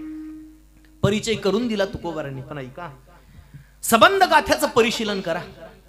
संपूर्ण गाथ्यात तुकोबारांनी ज्या ज्या ठिकाणी परिचय करून दिला ना, त्यावेळेस तुकोबाराय लौकिक स्वरूपाचा परिचय नाही करून देत. असं नाही म्हणत तुकोबाराय की मी भ प प पू श्री श्री 108 वगैरे वगैरे असं लौकिक स्वरूपाचा साधू परिचय नाही देतो करून. आम्ही ज्या वारकरी शिक्षण संस्थेत शिकलो ना, त्या वारकरी शिक्षण संस्थेचे संस्थापक वैकुंठवासी प्राप्त स्मरणीय स्वानंद सुखनिवासी सद्गुरू जोग महाराजांच्या काळात पत्र व्यवहार होता. मामासाहेब दांडेकरांनी अतिशय श्रद्धेनं जोग महाराजांचं चरित्र लिहिलंय.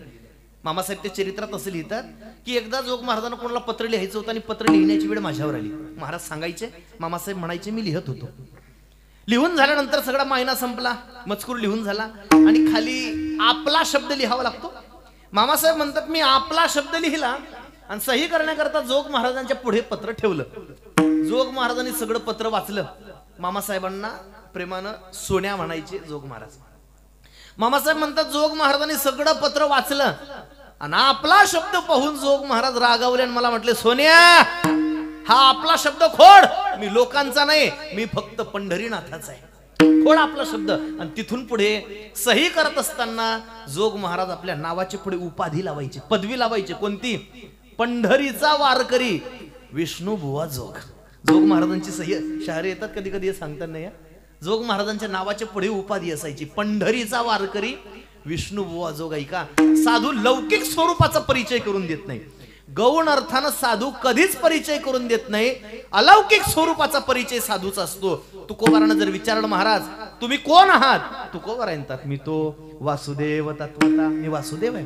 महाराज काय स्वरूप तुमचं? अणुरेणू या थोकडा, तुका आकाश आहे एवढा. महाराज कसे आहात तुम्ही? सूर्याची परी, तुका जगी क्रीडा करी. ऐका, ज्या ज्या वेळेला परिचय करून देण्याची वेळ येते, तुकोबाराय अलौकिक स्वरूपाचा परिचय देतात. आणि असाच एक अलौकिक स्वरूपाचा परिचय महाराजांनी दिलाय अभंगाच्या. बोलो अबोलने मरोनी आजीने, बोलो अबोलने मरोनी आजीने, बोलो अबोलने मरोनी आजीने, बोलो अबोलने मरोनी आजीने, बोलो अबोलने मरोनी आजीने, बोलो अबोलने मरोनी आजीने, बोलो अबोलने मरोनी आजीने, बोलो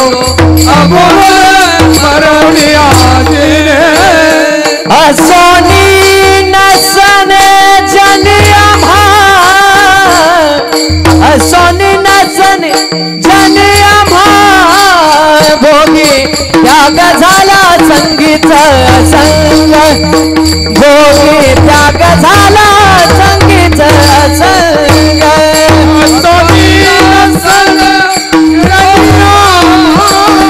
असोनी नसने जनिया भा, भोगी त्याग झाला संगीत संग, भोगी त्याग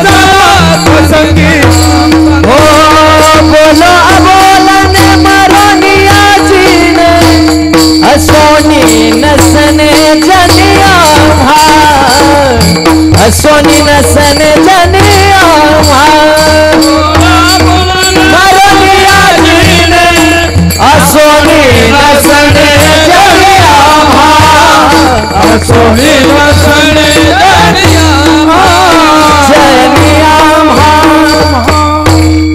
जगद्गुरु तुकोबराय अलौकिक स्वरूपाचा परिचय करून देताना म्हणतात आम्ही कसे आहोत किंवा संत कसे असतात. तुकोबराय म्हणतात साधू असा असतो किंवा आम्ही असे आहोत असे कसे बोलो अबोलणे.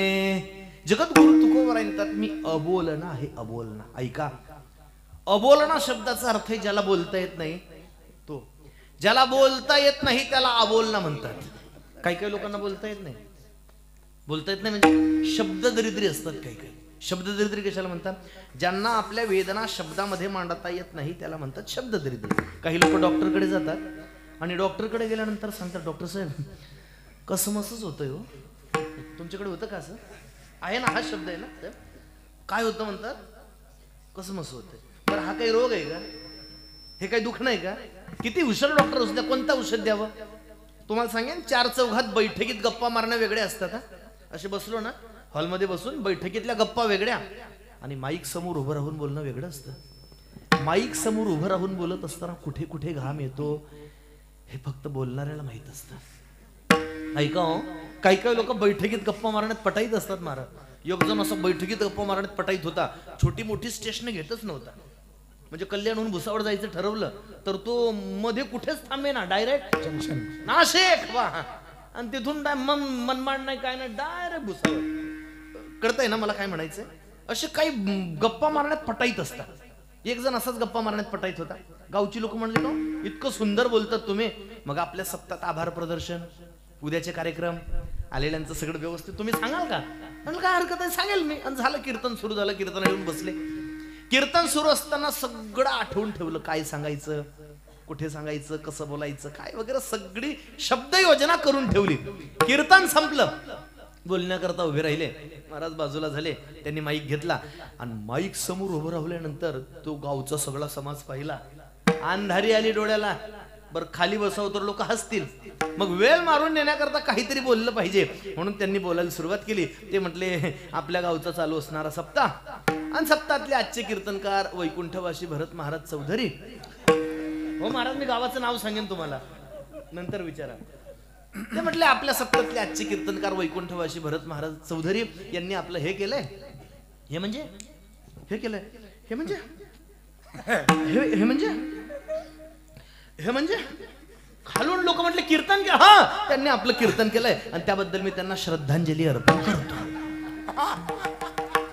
महाराज फक्त 10 शिल्लक ठेवला होता ना माझा. ज्यांना आपल्या काही काही लोक खास बोलतात. कीर्तन झाल्यानंतर काही गावची लोक खास बोलतात आणि असले शब्द दरिद्री काही काही ठिकाणी ज्यांना बोलता येत नाही हे अबोलणे असतात. वेदना शब्दात मांडता येत नाही त्याला अबोलणं म्हणतात. अबोलणं अबोलणे असतात काही लोक. जगद्गुरु तुकोबराय म्हणतात आम्ही कसे आहोत बोलो अबोलणे. तुकोबराय म्हणतात मी अबोलणा आहे अबोलणा. लक्ष द्या वेदांचा तो अर्थ आम्हासीच ठावा हेरांनी वाहवा भार माथा म्हणणार तुको. जयाचे बिसाट शब्द सुखे म्हणो येते वेद ते सदेह सच्चिदानंद का नव्हे. त्यांचे शब्द म्हणजे तुमच्या आपल्या सारखे नाही. त्यांचे शब्द म्हणजे तुकोनी घेतले मोती जैसे असे शब्द ज्या तुकोबारांचे त्या तुकोबारांची भाषा आहे. ते तुकोबाराय म्हणतात की मी कसा आहे अबोलणा आहे अबोलणा. ऐका तुकोबारांचा भाव लक्षात घ्या. तुकोबारांना हे सांगायचंय. महाराज म्हणताय की ही वाणी ही महाराज म्हणतात ही वाचा ही जीभ माझी बोलताना जरी तुम्हाला दिसत असेल. तुकोबराय म्हणतात मी बोलताना दिसत असेल. लक्ष द्या महाराज म्हणतात ही 4092 अभंगांची अभंग गंगा माझ्या मुखारविंदातून वाहत असताना तुम्हाला दिसत असेल. मी बोलताना तुम्हाला दिसत असेल. पण तुकोबराय म्हणतात बोलणारा मी नाहीये तो परमात्मा माझ्याकडून हे सगळं वदवून घेतोय. क्षराक्षरा वेगळा तुका होऊन निराळा पाहे निगम कळा बोले विठ्ठल प्रसाद साडूंखी मंजूळ बोलत असे वाणी शिकविता धने वेगळाची माझी युक्तीचा नोहे हा प्रकार मज विश्वंभर बोलवितो. किंवा सखा कृपावंत वाचा त्याचे सखा कृपावंत वाचा त्याचे सखा कृपावंत वाचा त्याचे आपुलिया बळे नाही मी बोल आपुलिया बळे नाही मी बोल आपुलिया बळे नाही मी बोल आपुलिया बळे नाही मी बोल सखा कृपावंत वाचा त्याचे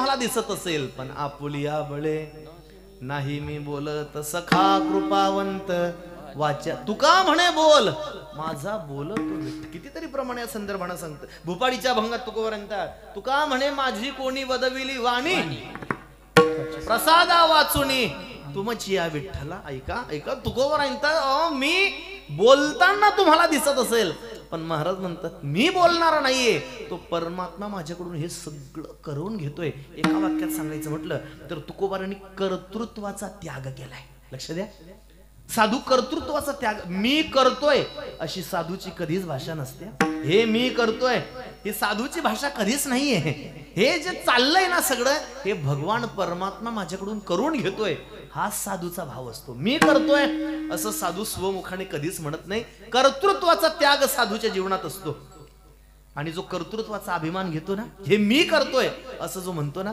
परमात्मा त्याला खजील केल्याशिवाय राहत नाही वैकुंठवासी प्रातस्मरण श्री गुरु माधव महाराज मगर म्हणून एक फार अधिकारी संपन्न व्यक्ती आपल्या संप्रदायात होऊन गेली कोणाला नाव आठवतंय का बघा कोणी ऐकलं असेल वगैरे माधव महाराज मगर बाबा गाथा मंदिराची संकल्पना माधव महाराज मगरांची गाथा नवनीत नावाचा ग्रंथ त्यांनी समाजाला बहाल केला परभणी जिल्ह्यात मोतीराम महाराज फडा संस्थान म्हणून फार मोठी परंपरा आहे त्या संस्थानला महाराज होते 2017 पर्यंत ते गाथा नवनीताचे अधिकार फडा संस्थानला होते माधव महाराज निघून गेले पण त्यांच्या पश्चात तो ग्रंथ पुन्हा प्रकाशितच झाला नाही पण फडा संस्थानने संस्थेच्या शताब्दीच्या वेळेस ते सगळे अधिकार वारकरी शिक्षण संस्थेला दिले त्या गाथा नवनीताची पुन्हा त्याची नवी आवृत्ती आता छापली फार म्हणजे सगळ्यांनी संग्रही ठेवावा असा तो ग्रंथ आहे माधव महाराज मगर अधिकारी व्यक्ती होऊन गेले माधव महाराज मगर परमात्म्याच्या चरित्रातले एक दृष्टांत सांगायचे त्यांनी त्या गाथा नवनीतात सुद्धा तो दृष्टांत दिलाय सुरुवातीला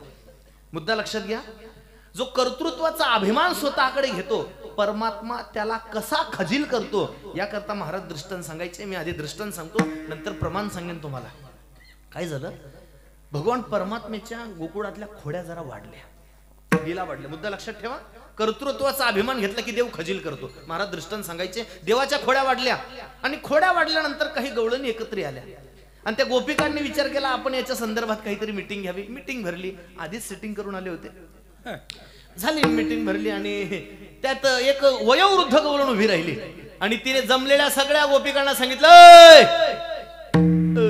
ते वेगळे बाबा ते महाराज वेगळे पण ही गोपिका म्हटली त्या नंदाचं टीचभर कार्ट परवा हिच्या घरी गेलं आणि दुधाण्या पालथ्या घातल्या दुसरीला म्हणाली त्या नंदाचं टीचभर कार्ट परवा तिच्या घरी गेलं आणि दह्या दुधाचा नासाला केला तिसरीला म्हणाली त्या नंदाचं टीचभर कार्ट प्रत्येक वेळेस बोलत असताना म्हातारीचा शब्द एकच असायचा कोणता टीचभर कार्ट हे टीचभर कार्ट मंडपाच्या मागून सगळं ऐकत होतं ते म्हणे बोल बेटा तू बोल आणि बोल आता माझ्या हातांकडे लक्ष असू द्या मी प्रमाण सांगणार आहे नंतर हातांकडे लक्ष असू द्या बोलता बोलता म्हातारी म्हटली त्या नंदाचं टीचभर कार्ट गावात सगळीकडे जाऊ शकतं पण पठ्ठीकडे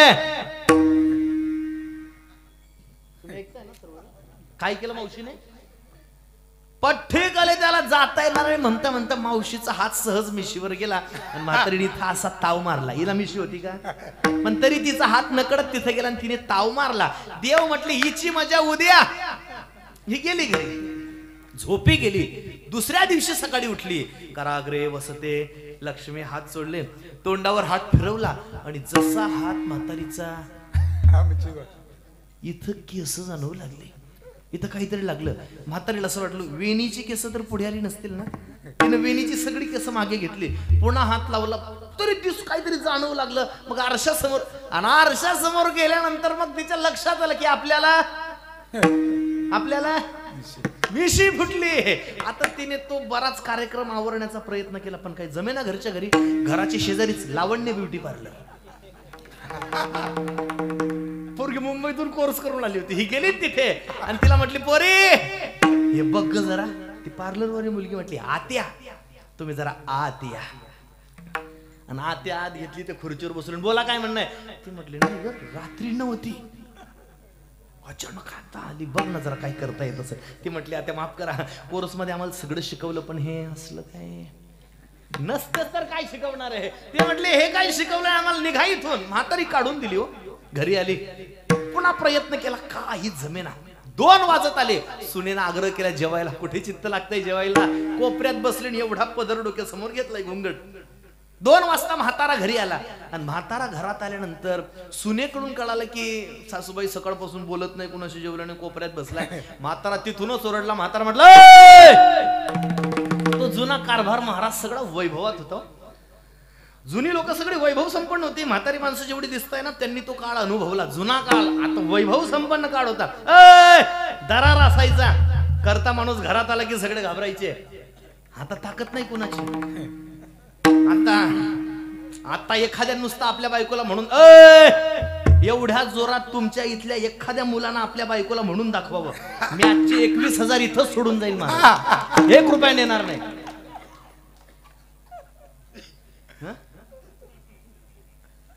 टेन्शन बिन्शन बीपी नाही कुणाला. ऐका कीर्तन ऐका, पण ताकद नाही महाराज कोणाची म्हणून दाखवा एवढ्या जोरात. जुना काळ वैभवातला. म्हाताऱ्याने आवाज दिला. लागली थरथर. पदर वारकार. म्हातारे काय वारकार म्हटलं ना, म्हातारे काही पदर वर हात जवळ गेला आणि याने पदर वर केल्या बरोबर याच्या लक्षात आलं की म्हातारीला आता गोकुळातलं एक ब्रीद वाक्य होतं. गोकुळातलं ब्रीद वाक्य असं होतं, काही अघटित घडलं की लोक सहज म्हणायचे कृष्णाची करणी. आता हे अघटितच झालं ना. रात्री नव्हती सकाळी अचानक हिची मिशी पाहिली आणि तिचा नवरा म्हटला कृष्णाचं नाव घेतलं का. ती म्हटली त्याला मध्ये आणायचं नाही, त्याचा माझा काहीच संबंध नाही. तेवढ्यात तिचा मुलगा धावत आला, या गवळणीचा. तो धावत आला, त्याने खिशातून मोबाईल काढला. त्या गवळणीचा व्हॉट्सअप ग्रुप, त्याच्यावर कालचा अपलोड केलेला व्हिडिओ तो डाउनलोड केला. नेमकी मिशीवर ताव मारला, तिथे पॉज केला ना आपल्या बाबा. म्हणजे त्याने आपल्या बाबाला सांगितलं हे म्हातारी आपली त्या कृष्णाचं नाव घेऊन चौकात मिशीवर ताव देते. त्याच्या लक्षात आलं हिनं कृष्णाचं नाव घेऊन मिशीवर ताव दिलाय ना, नक्की कृष्णाशिवाय हे कार्यक्रम कोणी केलेला नाहीये. चाल त्याच्याकडे. ही काही जायला चाल म्हटलो ना, ही काही जायला तयार होईना, लाजते. तिने एवढा पदर घेतला, हिच्या नवऱ्याने हाताला धरलं आणि जबरदस्ती ओढत ओढत नंदबाबाच्या महालाकडे नेत आहे. कन्हैयाने काय केलं होतं, परमात्माने प्रत्येक कोपऱ्यावर टप्प्याटप्प्याला काही गोपाल उभे करून ठेवले. त्यांनी प्रत्येकाला काम सांगून ठेवलेलं होतं. म्हातारी दिसली आमच्या घराकडे येताना दिसली की तिला पाहून म्हणायचं अय काकू. पुढच्या कोपऱ्यावर गेली की दुसरा गोपाल अय काकू. तिसरा कोपरा अय काकू. एक आगाऊ होता तो म्हटलं मिशीवाली काकू. खजील झाली महाराज. शब्द बोले ना कोणाशी रडते. गेली नंदबाबांच्या वाड्यात, दिला आवाज यशोदेला, यशोदे या बाहेर. यशोदा माता बाहेर आल्या, कन्हैयाला घेऊन आल्या. कानाने खालून पाहिलं पदराचं, म्हटलं काकू कस काय. खजील झाली हो महाराज. शब्द बोले ना. यशोदा माता म्हटली बोल काय म्हणणं तुझं. ती म्हटली यशोदे बोल ना. ती म्हटली यशोदे अगं बोलशील पुढे. म्हटली यशोदे अगं कसं सांगू. जसाही तसं सांग. 9:15 वाजले. सांग पटकन कसं आहे. भाकरी आल्या, लोक वाट पाहत आहे. बोल ना काय झालं कसं झालं. ती म्हटली अगं यशोदे कसं सांग म्हणते ना पटकन की जाऊ घरात. ती म्हटली थांब यशोदे. अगं यशोदे यशोदे अगं बोल ना ग. ती म्हटली यशोदे अगं तुझ्या कृष्णाने मला. बोला ना तुझ्या कृष्णाने मला. असंच म्हटली. ती म्हटली अगं तुझ्या कृष्णाने मला मिशी फोडली. यशोदा माता म्हटल्या वेडीस का ग तू. घागर फोडली इथपर्यंत मी समजू शकते का. धन्यवाद. अगं घागर फोडताय, मिशी पुढे फोडण्याची वस्तू आहे का मिशी. ती म्हटली मला काय माहित नाही, तुझ्या कानाने मला मिशी फोडली. यशोदा माई काय ऐकून घ्यायला तयार नाही. परमात्मा चिडवताय, काय करावं कळे ना. ऐका महाराज म्हणतात तिच्या डोळ्यांना अश्रूच्या धारा लागल्या. जणू काय मनोमंतीने आपल्या नेत्राश्रूंच्या धारांनी परमात्म्याच्या चरण कमलांना अभिषेक घातला. विनवणी केली कान्हा एक वेळ करी या दुःख. कान्हा रे एकदा मला पुरवत कर रे. जसं त्या रास क्रीडेच्या वेळेत गोपिकांची अवस्था झाली होती. आणि त्यांचे शब्द महाराज सांगतात, शोक वियोग घडला सकळांचा, गेल्या शरण हा अन्याय आमुचा, केला उच्चार घडल्या दोषांचा. घडल्या दोषांचा उच्चार केला. जसं त्या गोपिकांनी आपल्याकडून झालेले दोष परमात्म्यासमोर प्रकट केले होते, तसं हिनं सुद्धा कन्हैया समोर दोष प्रकट करायला सुरुवात केली. रडते आणि रडून कन्हैयाला मनोमन मुखसंवादात सगळं चाललंय, बोलणं नाहीये. ती कन्हैयाला विनवणी करते, कान्हा कान्हा एकदा मला पूर्ववत कर, मला पहिल्यासारखी कर रे. मी आयुष्यात कधीच पुन्हा मिशीवर ताव मारणार नाही. ऐका तुकोबारा म्हणतात परमात्म्याने तिला पुन्हा पूर्ववत केले. महाराज म्हणतात न भावी ती करणी झाली नर नारी अनुतापे हरिस्मरता मुक्त. तुकोबारा म्हणतात न भावी ती करणी झाली. बाबा महाराज म्हणतात न भावी ती करणी झाली. काय झाली? नारी नारी नारी नर झाली. तुकोबारा म्हणतात न भावी ती करणी झाली. नारीचा नर झाला पण अनुतापे हरिस्मरता मुक्त. अनुतापामध्ये चित्त तिनं परमात्म्याच्या चरणी शुद्ध करून घेतलं आणि परमात्म्याने तिला पुन्हा पूर्ववत केली. पूजनीय महाराज सांगायचे की या सगळ्या लीलेतून भगवान परमात्म्याला एकच संदेश जगाला द्यायचा आहे की तुम्ही लोक कर्तृत्व करा पण मिशीवर ताव मारू नका. म्हणजे मी करतोय असा भाव मनात आणू नका. हे जे सगळं चाललंय ते भगवान परमात्मा आपल्याकडून करून घेतोय, रामदास बाबा आपल्याकडून करून घेताय. असाच भाव मनात कायम राहू द्या. उद्धारा करता वेगळी खटपट करण्याची गरजच नाही. विठ्ठल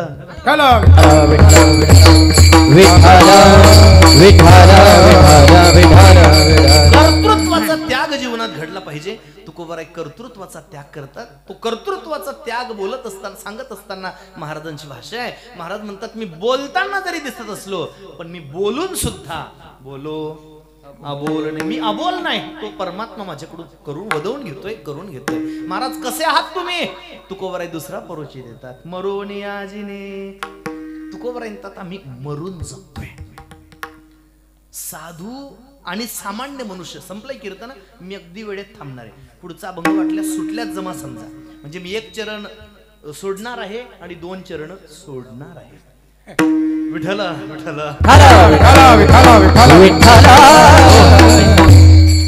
पुढचा अभंग सुटल्यात अगदी वेळेत थांबेल. 9 वाजता थांबून जाईल.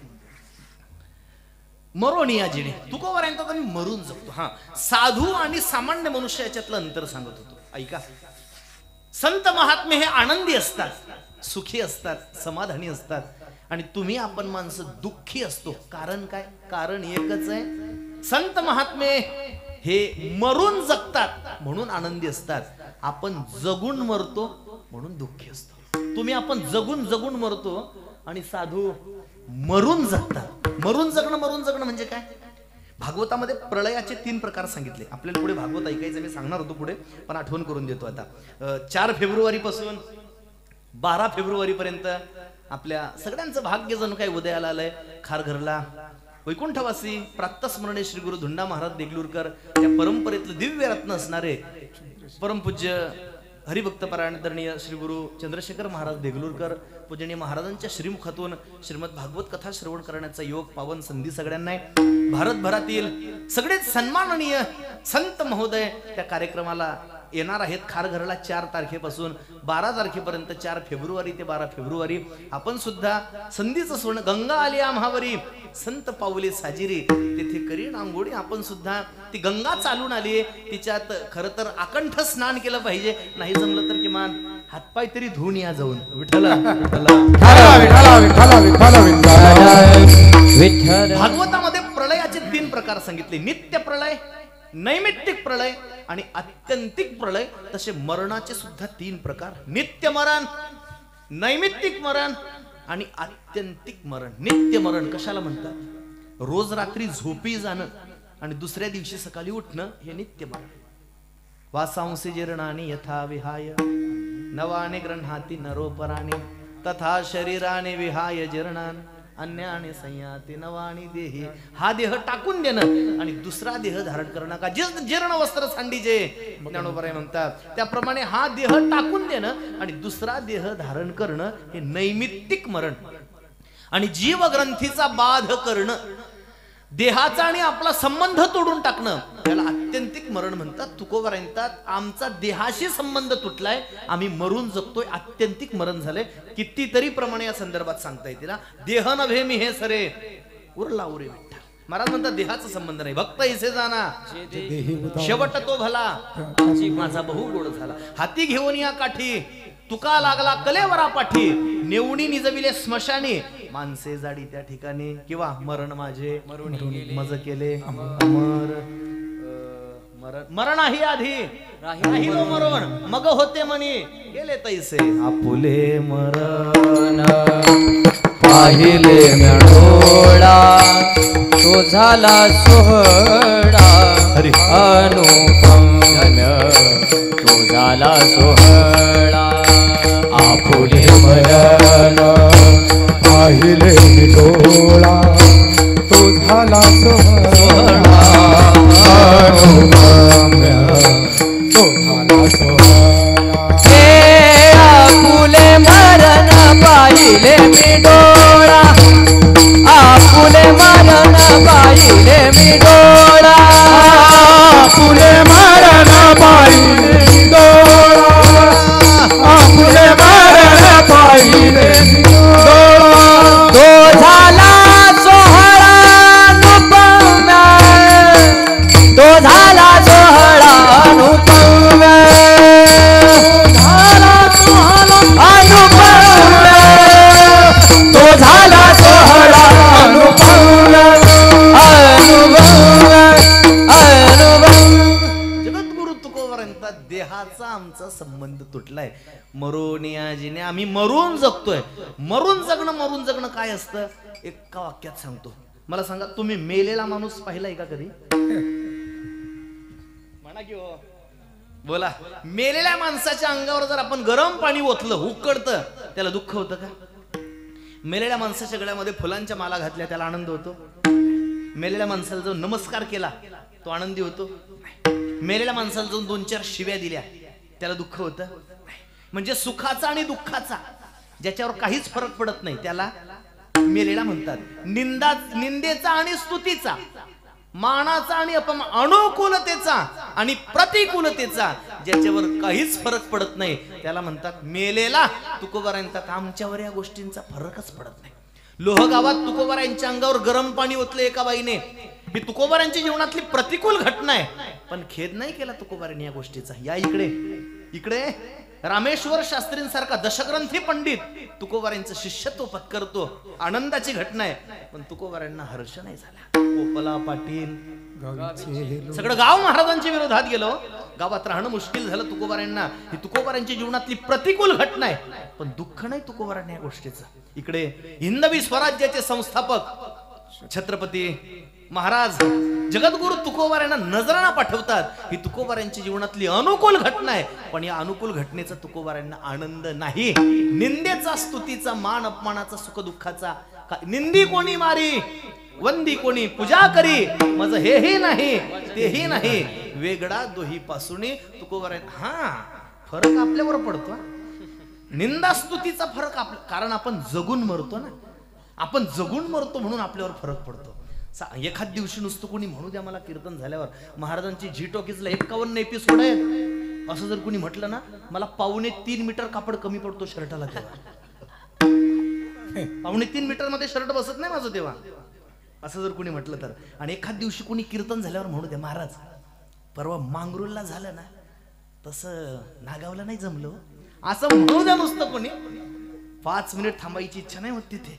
मग नारळ एवढं असू द्या नाही तर एवढं असू द्या, नारळ नाही थांबू वाटत तिथे. का?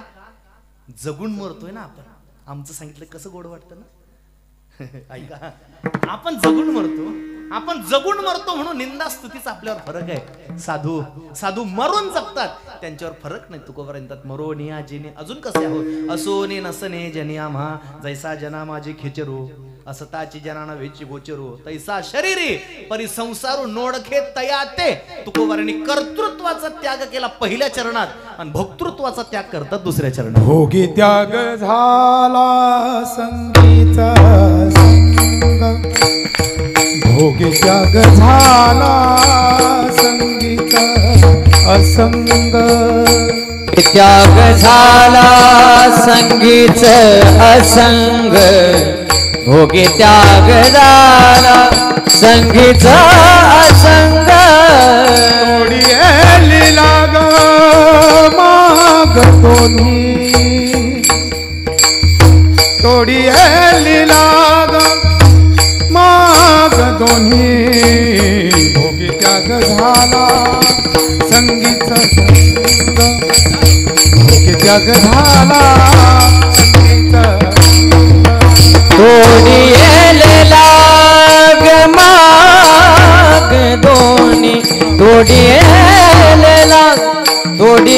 लाग माग दोन्ही, भोगी त्याग त्याग झाला संगीच असंग भोगी त्याग झाला संगीच असंग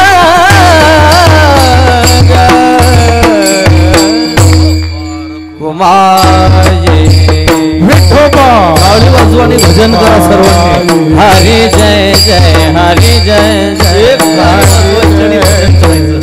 हरी विठोबा रखुमा विठोबा रखोबा हरी जय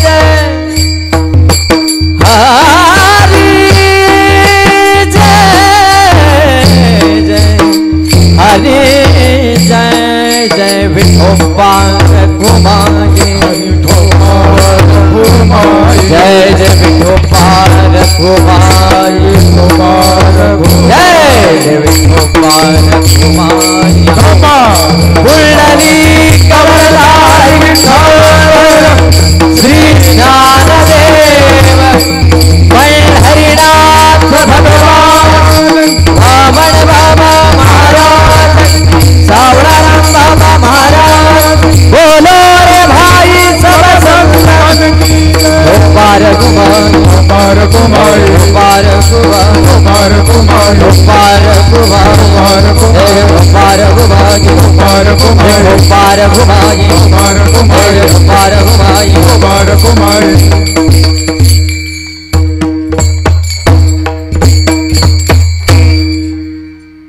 विठ्ठल महाराज आमचा नियम असा आहे तिकडचा आपला एका हाराकरता 2 तास कीर्तन असतं. एका हाराला 2 तास. तुम्ही 2 हार घातले विठाला विठ्ठला विठ्ठला विठ्ठला संपलंय संपलंय. 2-5 मिनिटात थांबतो. तुकोबरांतात आम्ही असून नसल्यासारखे आहोत. कर्तृत्वाचा त्याग केला पहिल्या चरणात. भोक्तृत्वाचा त्याग करताना महाराज म्हणतात भोगी त्याग झाला सगळ्या भोगांचा त्याग झालाय. संगीत असंग संगतीत दिसत असलो निसंग वृत्तीने आहोत. असोनी नसने जनी आम्हा जगात दिसत जरी असलो आम्ही असून नसल्यासारखे आहोत तसं संगीत असंग संगतीत जरी दिसत असलो तरी म्हणजे लोकांतात दिसत असलो पण हृदयानं आम्ही परमात्मेशी एक झालोय. आमची तार परमात्मेशी जोडली गेले. हृदयाने आम्ही परमात्मेशी एकांत साधलाय. विचारलं तुकोबारांना महाराज का हो महाराज ही सगळी अवस्था तुमच्या जीवनात घडली ही सगळी अवस्था तुमच्या जीवनात प्राप्त होण्याकरता तुम्ही साधना काय केली. महाराज म्हणतात 2 गोष्टींचा त्याग केला. तोडी येले लाग माग दोन्ही लाग माग दोन्ही तोडी येले. लाग म्हणजे संबंध आणि माग म्हणजे कारण. संबंधाचा त्याग केला आणि कारणाचा त्याग केला. लाग शब्दाचा अर्थ संबंध या काल्याच्या कीर्तनात म्हणतो ना आपण याला तरी या रे लागे लागे. देव म्हणतात या माझ्या मागे पण माझ्याशी संबंध लाग जोडून या. संबंध देवाशी जोडला पाहिजे. देवाशी संबंध जोडला पाहिजे. देव माझा बाप लागतो. देव माझी माय आहे. देव माझा भाऊ आहे. देव माझा सखा आहे. देव माझा मित्र आहे. असा काहीतरी संबंध आपण देवाशी जोडला पाहिजे. तुकोबारांनी जोडला. तुकोबारांनी म्हणतात कृष्ण माझी कृष्ण माझा बहीण बंधू चुलता कृष्ण माझा विठ्ठल बाप माय चुलता विठ्ठल भगिनी आणि भक्ता विठ्ठल विना तुका म्हणे आता. देवाशी संबंध जोडला पाहिजे. संबंध जोडला पाहिजे. विदर्भात फार मोठे संत होऊन गेले. दोन्ही डोळ्यांनी आंधळे होते. प्रज्ञाचक्षू गुलाबराव महाराज माधानकर दोन्ही डोळ्यांनी आंधळे होते. हजारो ग्रंथ महाराजांनी जीवनात लिहिले. मोठमोठ्या विद्वानांची झाप ते प्रमेय सोडवताना पुरत नाही एवढे विद्वत प्रचूर त्यांचे ग्रंथ आहे. ते गुलाबराव महाराज माधानकर यांनी परमात्म्याशी संबंध जोडला होता. ते स्वतःला कृष्ण कन्हैयाची पत्नी समजायची. ते स्वतःला ज्ञानोबारांची मुलगी समजायचे. ज्ञानेश कन्या गुलाबराव महाराज माधानकर बाबा ज्ञानेश कन्या म्हणायचे त्यांना. ते स्वतःला कन्हैयाची पत्नी समजायचे. संबंध जोडला होता देवाशी. देव माझा पती आहे. नुसते समजत नव्हते. साडी नेसायचे. नुसतेच साडी नेसत नव्हते. कुंकू लावायचे. कुंकू नुसता कुंकू लावत नव्हते. 4 दिवस अस्पृश्य अवस्थेमध्ये बाहेर सुद्धा बसायचे. संबंध जोडला होता देवाशी. ज्ञानोबारांच्या देवळात बसले होते ओसरीवर हैबतराव बाबांच्या मंदिरा शेजारी. माऊलींच्या समाधीचा अभिषेक चालला होता. पुजारी समाधी घासत होते. त्या पुजाऱ्याच्या बोटातल्या अंगठ्यांचा स्पर्श ज्ञानोबारांच्या कोमल समाधीला होत होता. ओरखडे पडत होते. गुलाबराव महाराज माधानकरांना जाणवलं माझ्या ज्ञानोबारांच्या शरीरात त्रास होतोय. पाठवले 2 जणांनी, सांगितलं पुजाऱ्याला म्हणा बोटातल्या अंगठ्या काढ. 2 जण धावत गेले. त्यांनी पुजाऱ्याला सांगितलं महाराज हो तुमच्या त्या अंगठ्यांनी ज्ञानोबारायांना त्रास होतोय, तुमच्या बोटातल्या अंगठ्या काढा. ते 2 जण गेले तर खरंच पुजाऱ्याच्या बोटात अंगठ्या होत्या. अंगठ्या काढल्या. काही लोक गुलाबराव महाराज माधानकरांकडे आले आणि त्यांनी महाराजांना प्रश्न केला, महाराज महाराज तुम्ही कृष्ण कन्हैयाची पत्नी म्हणून घेतात स्वतःला? महाराज म्हटले आहेच. तुम्ही ज्ञानोबारायांची कन्या म्हणून घेतात? आहेच. मग ज्ञानोबाराई तुमचे तात आहेत का, म्हणजे वडील आहेत का? गुलाबराव महाराज म्हटले हो ज्ञानोबाराई माझे वडील आहेत. विचारलं गुलाबराव महाराज माधानकरांना, महाराज जर ज्ञानोबाराई तुमचे वडील आहेत तर सांगा आम्हाला तुमचे तात कसे दिसतात, तुमचे वडील कसे दिसतात हे आम्हाला सांगा. गुलाबराव महाराज माधानकरांनी चित्रकार बोलावला. गुलाबराव महाराजांनी सांगावं, चित्रकाराने चित्र रेखाटावं. संपूर्ण चित्र काढून झाल्यानंतर काढलेल्या चित्रावर गुलाबराव महाराज माधानकरांनी हात फिरवला. दोन्ही डोळ्यांनी आंधळी व्यक्ती, त्यांनी त्या चित्रावर हात फिरवला आणि हात फिरवून सांगितलं हो माझे तात असेच दिसतात, माझे वडील असेच दिसतात. आणि ते प्रासादिक चित्र ज्ञानोबारायांच्या मंदिरात विना मंडपात अजून सुद्धा उजव्या बाजूला लावलेलं आहे. ज्ञानोबाराय असे दिसतात हे महाराष्ट्राला माहिती नव्हतं. ज्ञानोबाराय असे दिसतात हे गुलाबराव महाराज माधानकरांनी महाराष्ट्रात दिलेला प्रसाद आहे. प्रसाद. विठ्ठल